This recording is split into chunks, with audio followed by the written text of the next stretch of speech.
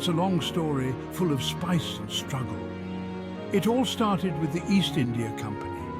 They came to India in the 17th century. They wanted to trade spices, silks, and other treasures. At first they were just traders, but slowly they started wanting more control. The Mughal Empire ruled India then, but the Mughals were weakening. The East India Company took advantage of this. They started taking over land and making their own rules. They used their army to defeat Indian rulers.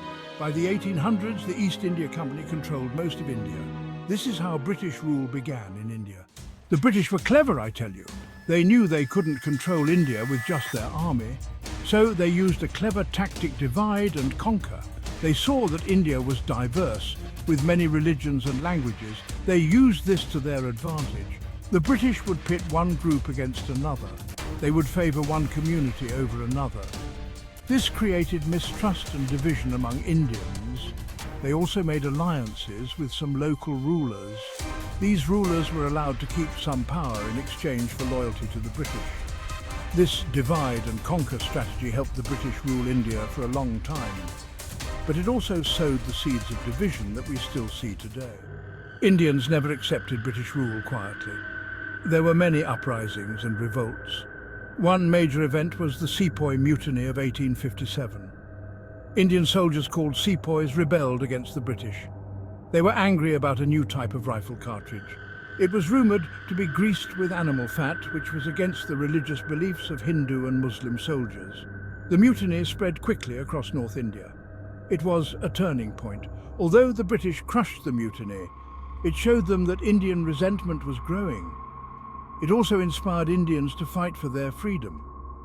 After the mutiny, the British government took direct control of India from the East India Company. Many brave men and women fought for India's freedom.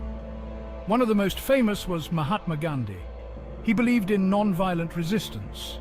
He led many peaceful protests against the British. His message of truth and non-violence resonated with millions of Indians.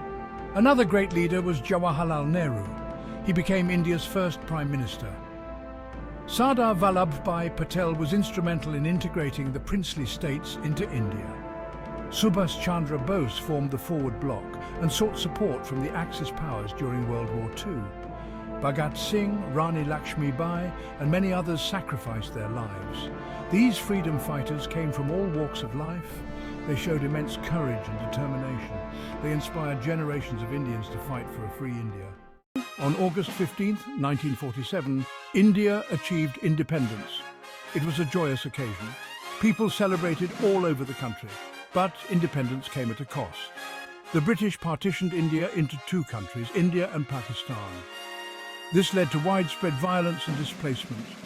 Despite the challenges, India's independence was a momentous occasion. It marked the end of colonialism in India. It inspired many other countries to fight for their own freedom. India has faced many challenges since independence, but it has also made remarkable progress. Today, India is a thriving democracy. It is a major player on the world stage. We owe a debt of gratitude to our freedom fighters. Their sacrifices paved the way for a free and independent India. Jai Hind.